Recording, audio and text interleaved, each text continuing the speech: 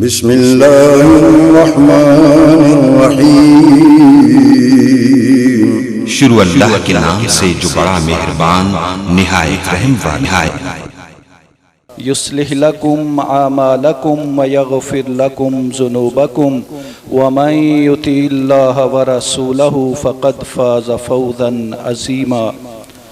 अम्मा बाद फ़इन्न खैरल हदीस किताबुल्लाह व खैरल हदी हदी मुहम्मदिन सल्लल्लाहु अलैहि वसल्लम व शर्रल उमूरि मुहदसातुहा व कुल्ल मुहदसतिन बिदअह व कुल्ल बिदअतिन ज़लाला व कुल्ल ज़लालतिन फिन्नार।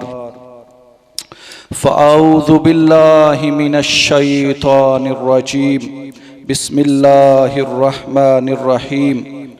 कुल्लु नफ्सिन ज़ाइक़तुल मौत व इन्नमा तुवफ़्फ़ौना उजूरकुम यौमल क़ियामह फमन ज़ुहज़िहा अनिन नारि व उदख़िलल जन्नत फ़क़द फ़ाज़ वमल हयातुद दुनिया इल्ला मताउल गुरूर।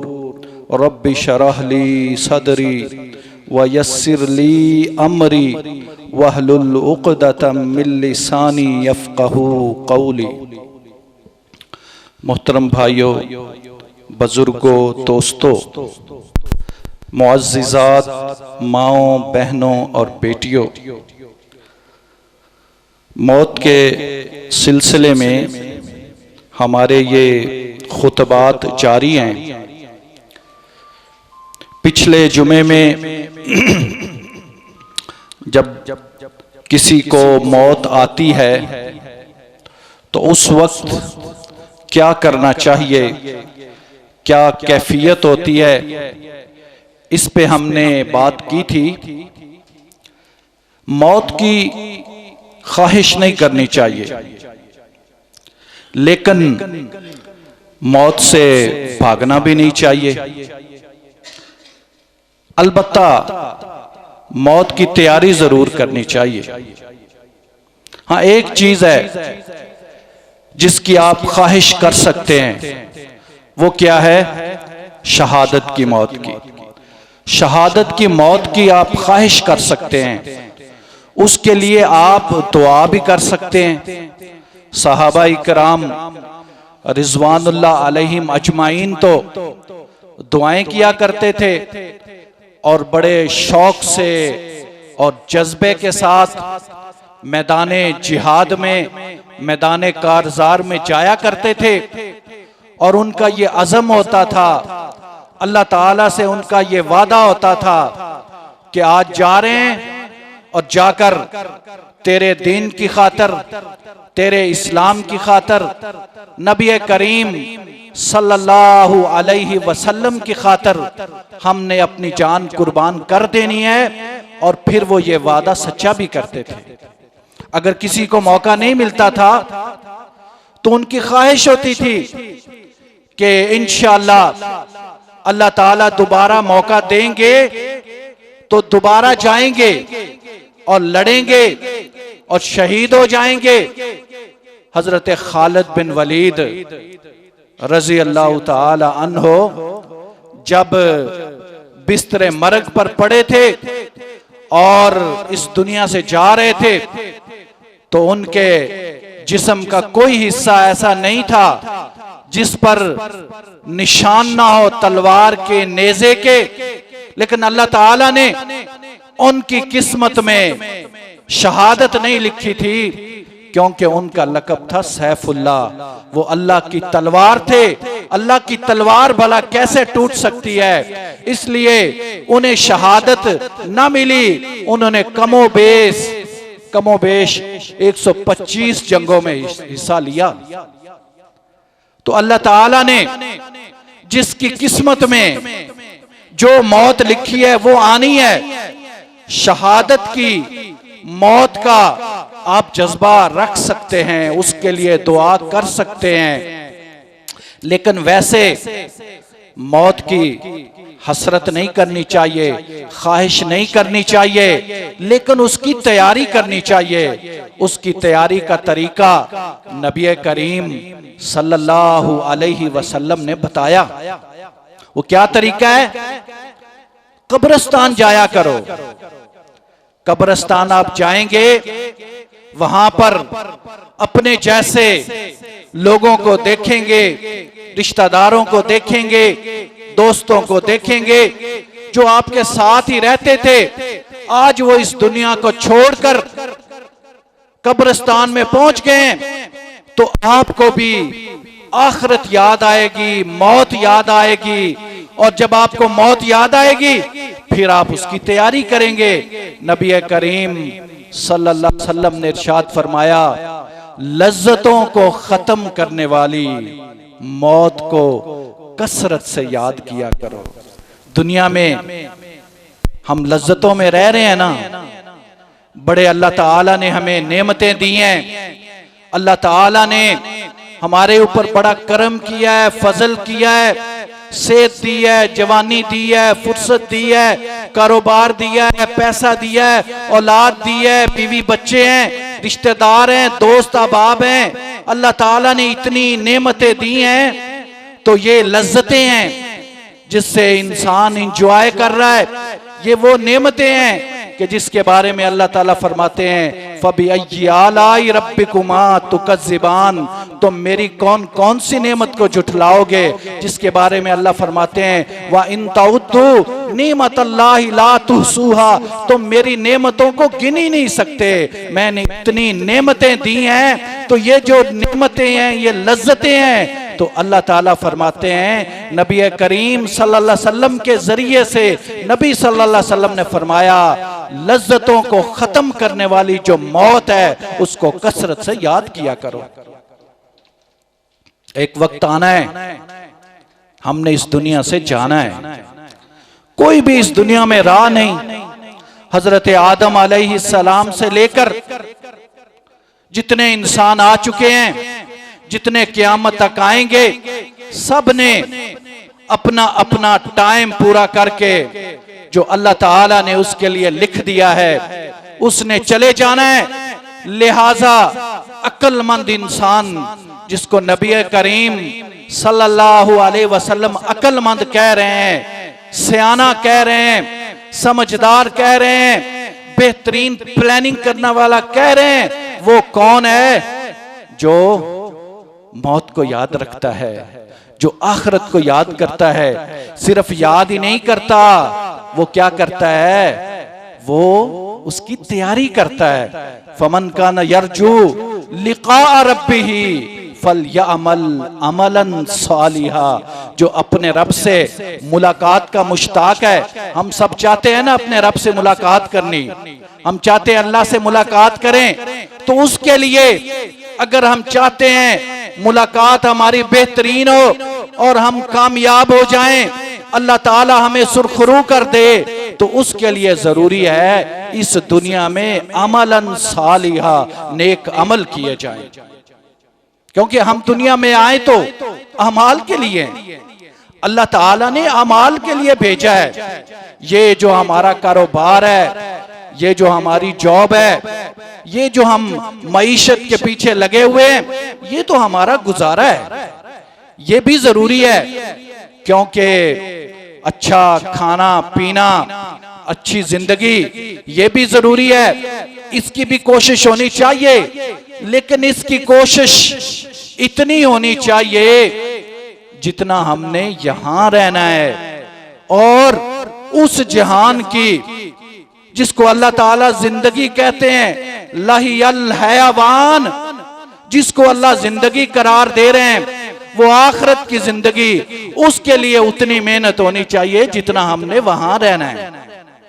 नबी करीम सल्लल्लाहु अलैहि वसल्लम ने इरशाद फरमाया, इंसान जो है ना, वो दो चीजों से नाखुश होता है। नबी करीम सल्लल्लाहु अलैहि वसल्लम बहुत बड़े हकीम थे, बहुत बड़े तबीब थे, बहुत बड़े साइकेट्रिस्ट थे।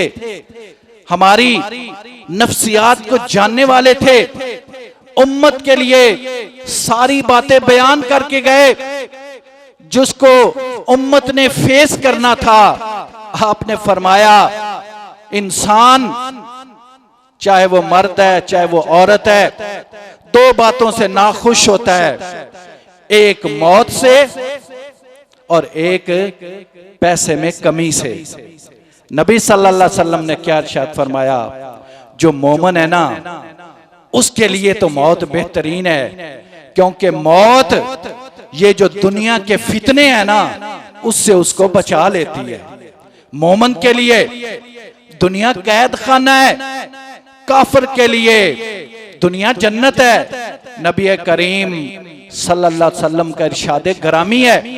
तो जब अल्लाह ताला उसको अपने पास बुला लेते हैं तो उसकी दुनिया में जो आजमाइशें होनी थी, जो मुश्किलात होनी थी, जो मुश्किल जिंदगी गुजर रही है, उससे उसको निजात मिल गई, वो अपने रब के पास पहुंच गया। तो मोमिन के लिए तो फायदा है, उसकी जो आजमाइशें होनी है उससे उनको निजात मिल गई है। और दूसरा ये नाखुश होता है जब रिज्क में कमी आती है। नबी करीम सल्लल्लाहु अलैहि वसल्लम ने ये तो नहीं यहां पर कहा कि रिज्क में कमी हो तो कौन सा फार्मूला है जिससे आप रिज्क में इजाफा करवा सकते हैं, आपके रिज्क में इजाफा हो जाएगा। नबी करीम सल्लल्लाहु अलैहि वसल्लम ने एक टॉनिक दिया, एक इंजेक्शन लगाया और उम्मत को बताया जिसके पास रिज़्क कम होना, क़यामत के दिन उसका जो हिसाब है वो आसान होगा, उससे ज्यादा पूछा ही नहीं जाएगा। इसीलिए नबी करीम सल्लल्लाहु अलैहि वसल्लम ने इरशाद फरमाया, जो गरीब मस्कीन है ना उन्होंने पैसे वालों से बहुत पहले जन्नत में चले जाना है, क्योंकि गरीब मस्कीन उसका क्या हिसाब होना है। उसने के पास तो ना कोई इतने पैसे थे, ना कोई बैंक बैलेंस था, ना कोई जमीन थी, कोई हिसाब किताब होना ही नहीं, उसने पहले ही जन्नत में चले जाना है। तो जब बंदा इस दुनिया से जाता है तो जो जाने वाला है वो तो दुनिया में चला गया, दुनिया से चला गया, उसका तो अब सिलसिला खत्म हो गया। अब आजमाइश आ गई पिछलों पर, जो रिश्तेदार हैं उसके, किसी का अगर बाप चला गया है, किसी की मां चली गई है, किसी बाप का मां का बेटा चला गया है, तो उसको क्या करना चाहिए, इस्लाम हमें क्या तालीमात देता है। नबी करीम सल्लल्लाहु अलैहि वसल्लम ने इरशाद फरमाया, सब्र वो होता है जो पहली चोट पर किया जाता है, फौरन जो सब्र होता है वो फौरन किया जाता है। ये नहीं कि पहले तो शोर मचा लिया, वावेला कर लिया, मातम कर लिया, शिकवा कर लिया, कपड़े फाड़ लिए, उसके बाद कहा जी मेरा तो सब्र ही है। ये कोई सब्र नहीं। नबी करीम सल्लल्लाहु अलैहि वसल्लम ने फरमाया, सब्र पहली चोट पर किया जाता है। जब वालिद चला गया है उसी वक्त कहे इन्ना लिल्लाहि व इन्ना इलैहि राजिऊन, अल्लाहुम्मा अहजुरनी फी मुसीबती वखलिफ ली खैरम मिन्हा। अल्लाह जी तेरा माल था, तूने ले लिया, मुझे ये जो तकलीफ आई है, ये जो आजमाइश आई है, ये जो मुसीबत आई है, मुझे इस पर बेहतरीन अजर अता फरमा और इससे बेहतर बदला अता फरमा। ये दुआ पढ़े, जिसका कोई गया है सब्र करे और अपने रिश्तेदारों को भी सब्र की तलकीन करे। कोई मुंह से वो अल्फाज नहीं निकलने चाहिए जो अल्लाह ताला की नाराजगी का बायस बने। कपड़े नहीं फाड़ने चाहिए, मातम नहीं करना चाहिए, रुखसार नहीं पीटने चाहिए, ऊंची ऊंची आवाज में नोहा नहीं करना चाहिए, बातें नहीं करनी चाहिए। ये अगर आप काम करेंगे तो अल्लाह ताला खुश होगा। हाँ, गम के साथ अगर आंसू निकल आए, गम है, आंसू निकल आए हैं, तो उस पे कोई पाबंदी नहीं। नबी करीम सल्लल्लाहु अलैहि वसल्लम का बेटा जब इस दुनिया से गया, आप बड़े गमगीन थे, आंसू निकल रहे थे। सहाबा इकराम रिजवानुल्लाह अलैहिम अजमाइन ने नबी करीम सल्लल्लाहु अलैहि वसल्लम से पूछा, आप क्यों रो रहे हैं? फरमाया, ये तो नेचुरल है, रोना तो आता है जब किसी का प्यारा करीबी साथी, बेटा, बाप, माँ दुनिया से जाते हैं, रोना आता है। रोने पे कोई पाबंदी नहीं। हाँ, वो अल्फाज नहीं अदा करने जिससे नबी करीम सल्लल्लाहु अलैहि वसल्लम ने मना फरमाया। और फिर जब बंदा दुनिया से चला गया है, उसका आंखें बंद करनी है, उसका मुंह बंद करना है, उसके जिस्म को सीधा कर देना है, क्योंकि मरने के बाद जिस्म में अकड़ाव आ जाता है। वो फिर अगर वो आप सीधा नहीं करेंगे तो फिर बाद में वो सीधा नहीं हो सकेगा। इस मरने वाले की आंखें बंद करनी चाहिए, उसका मुंह बंद करना चाहिए, उसकी टांगों को सीधा कर देना चाहिए, उसके बाजुओं को साथ लगा देना चाहिए और उसको कपड़े के साथ ढांप देना चाहिए। जिस तरह जिंदा इंसानों को महसूस होता है, तकलीफ होती है, नबी करीम सल्लल्लाहु अलैहि वसल्लम ने ये हमें सबक दिया है कि मुर्दे को भी तकलीफ होती है, इसलिए उसका भी ख्याल करना है। वो दुनिया से चला गया है, आपने उस पे सब्र कर लिया है, दुआ पढ़ ली है, अब जो ताज़ियत के लिए आ रहे हैं उन्हें भी सबक दिया जा रहा है। आपने तो सब्र कर लिया। एक बाप के 3 बेटे थे, एक चला गया, उसने कहा, अल्लाह जी, इन्ना लिल्लाहि व इन्ना इलैहि राजिऊन। 3 थे, 2 तो मेरे पास हैं। अल्लाह ताला को ऐसा सब्र चाहिए। अगर आप ऐसा सब्र नहीं भी करेंगे, वो बच्चा वापस तो कोई नहीं आना, लेकिन ऐसा सब्र करेंगे, अल्लाह ताला इससे बेहतर नेमुल बदल अता कर देंगे। आपको नहीं पता चलेगा, अल्लाह ताला इससे बेहतर दे देंगे। हजरत उम्मे सलमा रजी अल्लाह ताला अन्हा, हमारी माँ उम्मुल मोमिनीन, उनका जब खामद शहीद हुआ ना, उन्हें अपने खामद से बड़ी मोहब्बत थी और उनका प्यार जो है, अबू सलमा और उम्मे सलमा, इनका प्यार बड़ा मशहूर था। जब वो शहीद हो गए, दुनिया से चले गए, आप बड़ी गमगीन थी, नबी करीम सल्लल्लाहु अलैहि वसल्लम के पास गईं, आपने उन्हें कहा, ये दुआ पढ़ो। वो फरमाती हैं, मैं दुआ तो पढ़ लेती थी, लेकिन मुझे यकीन नहीं आता था अबू सलमा से बेहतर मुझे क्या मिलेगा। कहती इसी सशो पंज में थी, दुआ करती रहती थी, जब भी गमगीन होना यही दुआ करनी, अल्लाह मखलिफली खैरम मिन्हा, अल्लाह उससे बेहतर अता फरमा। कुछ दिनों के बाद नबी करीम सल्लल्लाहु अलैहि वसल्लम ने निकाह का पैगाम भेज दिया। अल्लाह के नबी से बेहतर कौन हो सकता है। इसलिए जब भी कोई, ये तो फौतगी की बात कर रहा हूं, दुनिया में जब भी कोई तकलीफ आए, कोई परेशानी आए, कोई नुकसान हो जाए, ये दुआ करें, अल्लाह ताला उससे बेहतर नेमुल बदल अता करेगा। और जो बंदा ताज़ियत के लिए गया है, वो क्या करे? वो कहे, इन्ना लिल्लाहि मा अखज़ा वलहु मा आता व कुल्लु शैइन इंदहु बि अजलिम मुसम्मा फलतस्बिर वल तहतसिब। ये दुआ करे। हमारा क्या होता है जब कोई फौत हो जाता है? मैं आपको साथ साथ वो भी बताता जाऊं ना, मुर्दा बदस्ते जिंदा। हम क्या करते हैं? गरीब की तो आप बात छोड़ें, कोई अमीर जब फौत हो जाता है, गरीब को तो कोई पूछने वाला ही नहीं, उसके तो कोई जो है वो जनाजे पे भी नहीं आता।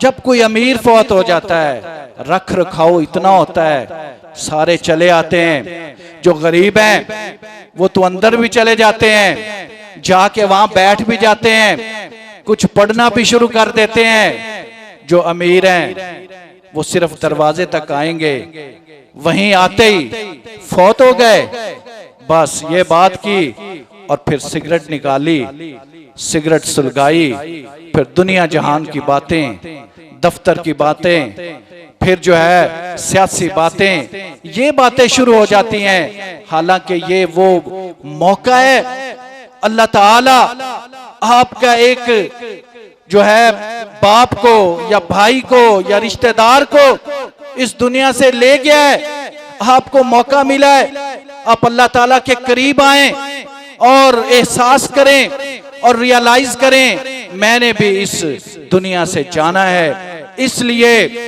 कोई ताज़ियत करने आए, ये दुआ दे कि इन्ना लिल्लाहि मा अखज़ा व लहू मा आता। अल्लाह ताला के लिए जो उसने ले लिया और जो दे दिया वो भी अल्लाह का है, देने वाला भी अल्लाह, ले जाने वाला भी अल्लाह। व कुल्लु शैइन इंदहू बि अजलिम मुसम्मा। दुनिया में जो भी चीज है ना, हर चीज का वक्त मुकर्रर है, उसका वक्त आ गया था, वो चला गया। ये ना कहो कि बीमारी ऐसी थी, ये फलां से इलाज कर लेते शायद बच जाता, ये कर लेते तो काश। इस्लाम में नहीं है, जो काम हो गया है ये तकदीर थी, उस पर यकीन रखो और सब्र करो। फल तस्बिर वल तहतसिब, ये उसको कहे सब्र कर और सवाब की उम्मीद रख, ये कहना चाहिए। अब जब बंदा इस दुनिया से चला गया तो मैंने पिछले जुमे में भी आपको बताया था, जो कफन दफन का इंतजाम है वो उसके पैसों से होगा। अगर कोई उसके रिश्तेदार करना चाहें तो बेहतरीन है, वगरना जो वो अपना माल छोड़ गया है, यहाँ शहर में तो कब्र भी खरीदना पड़ती है, जमीन भी खरीदना पड़ती है, तो सबसे पहले कफन दफन का इंतजाम उसके पैसों से किया जाए और उसके बाद जनाजे से पहले पहले उसका जो कर्ज है उसको देना चाहिए, उसका कोई बंदोबस्त करना चाहिए। अगर वो नहीं दे सका तो उसके रिश्तेदार सामने आए, उसके बेटे या वालिद का अगर बेटा हुआ तो वो सामने आए, वो कहे कि इसका जो कर्ज है मैं वो अपने जिम्मे लेता हूँ। कर्ज अदा होना चाहिए, क्योंकि जो अल्लाह ताला ने मोमन की जो रूह है उसको मुअल्लक रखना है, जब तक उसका कर्ज अदा नहीं हो जाता तो उसका मरने से पहले पहले कर्ज का बंदोबस्त होना चाहिए। और जब वो फौत हो गया है, अब अगला मरहला है उसके गुस्ल का। गुस्ल में, कफन में, दफन में जल्दी होनी चाहिए, लेट नहीं होना चाहिए। ये जो अब एक कॉन्सेप्ट बन गया है कि डेड बॉडी को जो है वो सर्द खाने में रखवा दिया जाता है, 2 दिन 4 दिन 6 दिन, ये कोई कॉन्सेप्ट नहीं। नबी करीम सल्लल्लाहु अलैहि वसल्लम ने कहा जल्दी जो है उसको रुखसत किया जाए, दफना दिया जाए। हाँ, आजकल तो बड़ा ही आसान काम है, मीडिया का दौर है, अगर कोई दूर भी है उसने मुंह भी देखना है तो वो भी देख सकता है। आजकल तो काम बड़ा आसान हो गया है, इसलिए कोशिश ये करनी चाहिए, हाँ इत्तला देनी चाहिए। जो करीबी लोग हैं उनका इंतजार भी होना चाहिए, लेकिन जो आने वाले लोग हैं उन्हें भी जल्दी करनी चाहिए। कम से कम 24 घंटे के अंदर अंदर जो है वो उसको दफना लेना चाहिए, उसका गुस्ल का जल्दी इंतजाम करना चाहिए। गुस्ल जो है वो भी पर्दा पोशी में होना चाहिए, जिस तरह वजू किया जाता है उसी तरह जो है मुर्दे को पहले वजू कराना चाहिए, फिर उसको गुस्ल देना चाहिए। गुस्ल जो है वो बेहतर तो ये है कि उसके करीबी रिश्तेदार दें। बीवी अपने खामद को गुस्ल दे सकती है, खामद अपनी बीवी को गुस्ल दे सकता है, करीबी रिश्तेदार जो हैं वो गुस्ल दें, और गुस्ल देने के बाद फिर उसको कफन पहनाना चाहिए। कफन आपको पता है 3 अनसिले कपड़े होते हैं। नबी करीम सल्लल्लाहु अलैहि वसल्लम ने इसी का हुक्म दिया है। सफेद रंग के ये कपड़े होते हैं, ये उसको पहना देने चाहिए। उसके ऊपर अब आज के दौर में तो कफन पे भी पता नहीं कितनी एडवांसमेंट हो गई है, और लोग पता नहीं क्या कुछ करते हैं। नबी करीम सल्लल्लाहु अलैहि वसल्लम ने तो सिर्फ इतना बताया है, गुस्ल देने के बाद 3 अनसिले कपड़े हैं, वो उसको पहना देने हैं। अब ना नबी करीम सल्लल्लाहु अलैहि वसल्लम ने यह फरमाया कि वो जो कफन का कपड़ा है उसको आबे ज़मज़म से धोएं, ना आपने कोई ये हुक्म दिया कि उसके ऊपर जो है लिखी हुई कोई चादर पहनाएं। इन चीजों से फर्क नहीं पड़ता। जो वो कर गया है ना, अल्लाह ताला को मालूम है, वो अल्लाह ताला के पास चला गया है। अल्लाह ताला ने जो उसके अमाल थे वो लिखे हुए हैं। जो उसने सदका करना था वो कर गया, जो उसने तालीम देनी थी वो दे गया, जो औलाद की तरबियत करनी थी वो कर गया।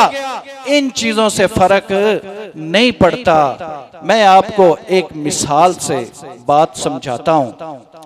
एक कंप्यूटर है, उसको चलाने के लिए सॉफ्टवेयर चाहिए।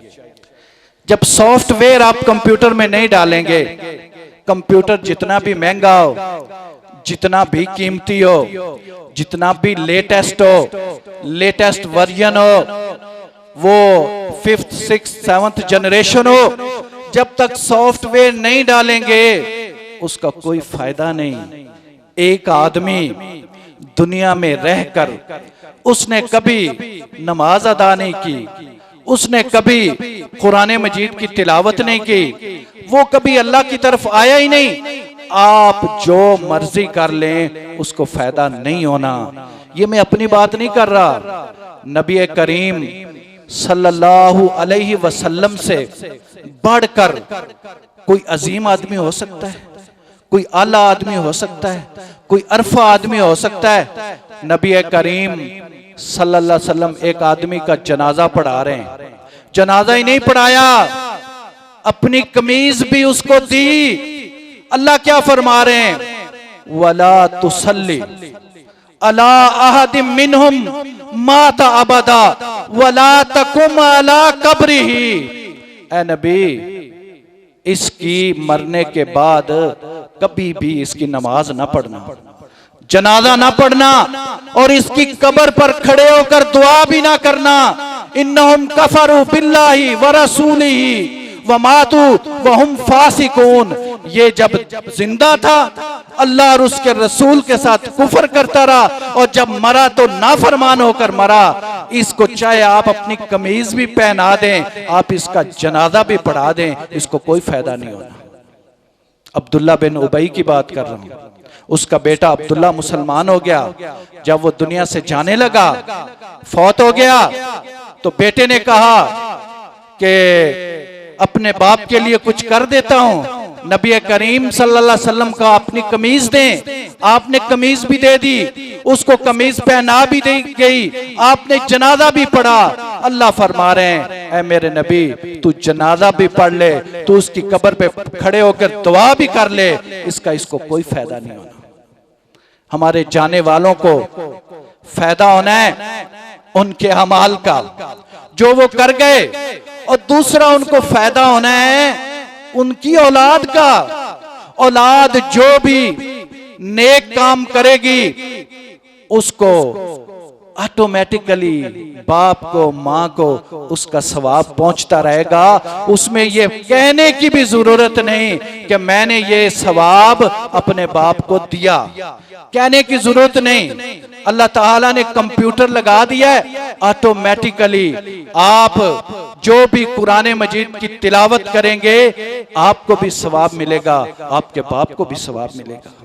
अब उसको कफन दे दिया गया है, कफन देने के बाद उसका जनाजा है।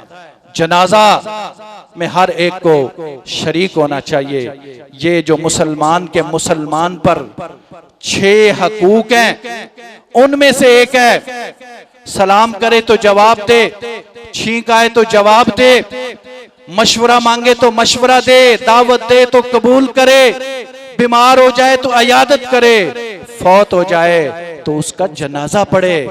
जनाजे में जरूर शरीक होना चाहिए, सिर्फ रस्म के तौर पर नहीं, बल्कि ये इंसान सोचे खुशी में ना भी शरीक हो, जनाजे में जरूर शरीक हो। ये उसका आखिरी सफर है, आप उसको इस दुनिया से रुखसत कर रहे हैं, फिर तो उससे दोबारा कभी मुलाकात नहीं होनी, इसलिए जनाजे में जरूर शिरकत करें और जनाजे में जाएं।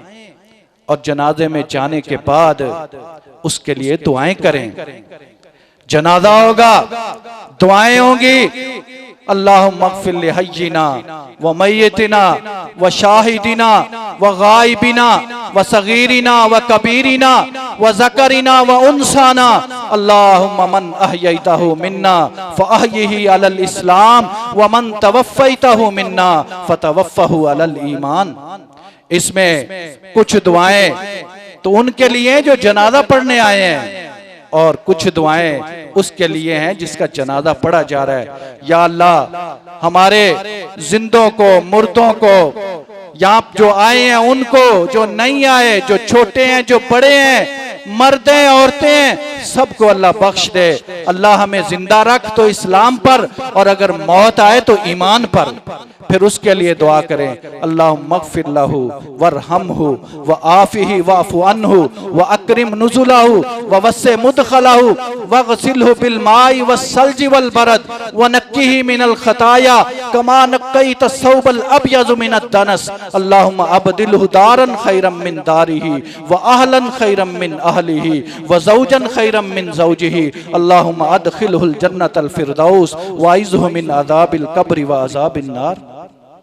जो दुनिया से चला गया है उसके लिए दुआ करें, अल्लाह उसे माफ कर दे, अल्लाह ताला उसके लिए आफियत करे, अल्लाह ताला उसे इस दुनिया से बेहतर घर अता करे, अल्लाह ताला इससे बेहतर जगह अता करे, अल्लाह ताला इससे दुनिया से बेहतर साथी अता करे, अल्लाह ताला उसे जन्नत दे, अल्लाह ताला उसको अज़ाबे कब्र से और अज़ाबे नार से महफूज रखे।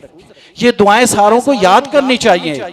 और बेहतर तो ये है कि अगर बाप फौत हो तो उसका जनाजा उसका बेटा जितने दर्द के साथ, खुशू खजू के साथ, रोकर गिड़गिड़ाकर बेटा दुआएं करेगा, कोई नहीं कर सकता। जितनी दुआएं बाप अपने औलाद के लिए करेगा, कोई नहीं कर सकता।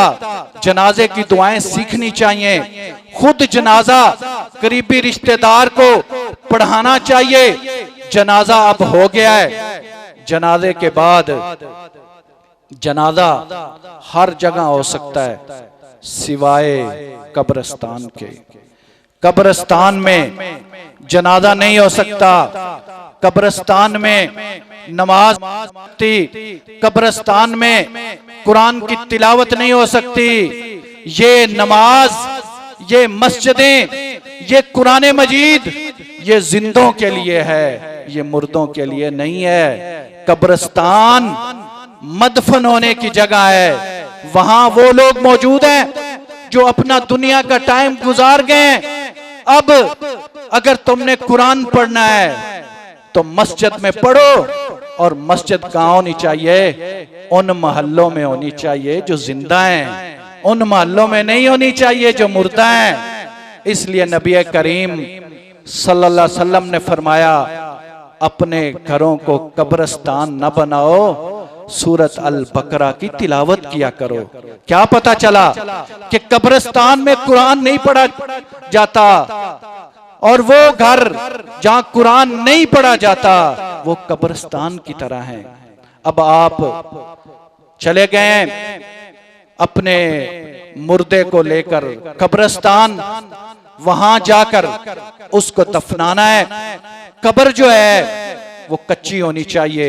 नबी करीम सल्लल्लाहु अलैहि वसल्लम ने उसकी तलकीन की है। हाँ, जगह बेहतरीन होनी चाहिए, सफाई सुथराई होनी चाहिए, कब्र अच्छी बनानी चाहिए। नबी करीम सल्लल्लाहु अलैहि वसल्लम के लिए जो कब्र बनाई गई वो लाहद वाली कब्र थी। लाहद वाली कब्र ऐसी होती है कि ऊपर से एक गड़ा बनाकर साइड से गड़ा बनाया जाता है, उसमें दफनाया जाता है। तो लाहद वाली कब्र होनी चाहिए, और फिर कच्ची कब्र होनी चाहिए। पक्की कब्र से नबी करीम सल्लल्लाहु अलैहि वसल्लम ने मना फरमाया है। फिर जब आपने दफनाना है तो सबसे पहले पांव वाली साइड दाखिल होनी चाहिए। फिर जो आखिरी हिस्सा है वो सारा है जिसको दाखिल करना चाहिए, और उसका जो मुंह है वो किबले की तरफ होना चाहिए। और फिर जब मट्टी डालनी है तो कब्र ज्यादा ऊंची नहीं होनी चाहिए, एक पालिश होनी चाहिए, उस पे कोई कतबा नहीं लगाना। हाँ, निशानी कोई रख लें ताकि बाद में आप आए तो आपको पता चल सके। वो कब्र आप बना दें जिस तरह नबी करीम सल्लल्लाहु अलैहि वसल्लम ने इरशाद फरमाया। हाँ, नबी सल्लल्लाहु अलैहि वसल्लम 3 मुट्ठी जो है वो मट्टी डालते थे, वो आप डालें, और उसके बाद कब्र पे खड़े होकर नबी सल्लल्लाहु अलैहि वसल्लम दुआ किया करते थे। वो दुआ क्या थी? वो दुआ ये थी कि अल्लाह ताला इसको साबित कदम रखे, क्योंकि अब सवालो जवाब शुरू हो गए। उसकी रूह उसके जिस्म में मौजूद है, सवालो जवाब हो रहे हैं, उससे पूछा जा रहा है। ये इंशाल्लाह हम अगले जुमे में बयान करेंगे। कब्र की पहली रात क्या होती है, अज़ाबे कब्र पर हक है, कुरान मजीद में कौन कौन सी आयात हैं इसके बारे में, ये अगले जुमे हम इंशाल्लाह बयान करेंगे। तो ये मैंने एक तरीका आपके सामने रखा है। जब कोई फौत हो जाए, जब उसको गुस्ल दिया जाए, जब उसको कफन दिया जाए, जब उसका को दफना दिया जाए, कब्रिस्तान में क्या करना चाहिए। अब आप ये कुरान और सुन्नत मैंने आपके सामने रखा है, अब इसका आप मौजूदा हालात के साथ कंपैरिजन कर लें, हम क्या कर रहे हैं, और अपनी इस्लाह करें। जो नबी करीम सल्लल्लाहु अलैहि वसल्लम ने हमें तरीका बताया है वही सबसे बेहतरीन तरीका है, वही सबसे आला तरीका है, उसे ही हमें फॉलो करना चाहिए। क्योंकि उसे फॉलो करेंगे तब ही हमारा जो आदमी इस दुनिया से चला गया है, जो मरने वाला है, उसको तब ही फायदा होगा। क्योंकि नबी करीम सल्लल्लाहु अलैहि वसल्लम ने जो बातें बताई हैं असल में वो अल्लाह ताला ने बताई हैं, और सवाब किसने देना है? अल्लाह ताला ने। तो अगर आप चाहते हैं अल्लाह ताला सवाब दे और उस आदमी को बख्श दे जो इस दुनिया से गया है, तो मुर्दा बदस्ते जिंदा, हम जो जिंदा हैं अपने मुर्दे के साथ वो सलूक करें जो नबी करीम सल्लल्लाहु अलैहि वसल्लम ने हमें बताया है। अल्लाह ताला हक बात को समझने की तौफीक अता फरमाए। व आखिर दावाना अनिल हम्दुलिल्लाहि रब्बिल आलमीन।